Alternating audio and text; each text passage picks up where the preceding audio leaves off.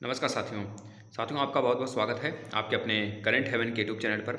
आप सभी को पता होगा कि डीएलएड वर्सेस बीएड जो मामला चल रहा था सुप्रीम कोर्ट में, उसका आज फाइनली फैसला आने वाला था। तो साथियों, फिर से जिसका डर था वही चीज़ें फिर से निकल कर सामने आई, यानी कि डीएलएड का मतलब जो सुनवाई का डेट था वह आज ही फाइनल हो जाने वाला था। लेकिन फिर से एक विकट परिस्थिति आ गई कि जो जस्टिस सुनने वाले थे, जस्टिस अनिरुद्ध बोस करके हैं, तो उनके द्वारा मतलब यह अनुपस्थित हो गए। कह लीजिए कि दूसरे केस को यह सुनने के लिए मतलब इस केस को छोड़कर दूसरे केस को यह सुनने के लिए कहीं इनको रवाना होना था।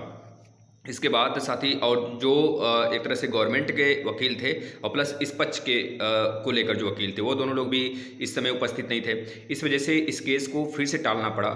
इसका कारण यह भी है कि जैसे कि जो नए जज आएंगे उनको पहले इसके प्रति गो थ्रू होना पड़ेगा, इसके विषय में पूरा जानना पड़ेगा कि क्या चीज़ें हैं या क्या नहीं है। मतलब डायरेक्टली इस पर आवाज़ मतलब बोल नहीं सकते या फिर फाइनली डिसीजन नहीं दे सकते हो। तो मिला जुला कर यही है साथी कि फिर से यह डेट एक तरह से हमको नया डेट मिल चुका है। अब यह नया डेट कौन सा है तो आपको जान लेना चाहिए। अगले 2 हफ्ते बाद यानी कि 14 दिसंबर को साथी यह फाइनली डिसीजन होगा और तब का तब देखा जाएगा। लेकिन फाइनली डिसीजन तो हमारा यही था, लेकिन कुछ चीज़ें थी पिछली बार भी, कुछ एक तरह से अड़चन आया था, कुछ टेक्निकल इश्यूज़ था, उसके पिछले बार भी आया था ऐसा। अब इस बार जज की अनुपस्थिति तो नहीं है फिलहाल में, जज जो है कि दूसरे केस को सुनने के लिए कहीं मतलब बिजी थे इस तरह कह लीजिए, और इस वजह से इस केस पर उन्होंने अपना फाइनली फैसला नहीं सुनाया। अब जो नए 2 जज यहाँ पे आए हुए हैं, अब उनको इस केस के बारे में पूरी स्टडी करनी पड़ेगी, इसके बाद ही वो इस पर फैसला सुनाएंगे। तो इसमें 14 दिसंबर तक का उन्होंने वक्त मांगा हुआ है।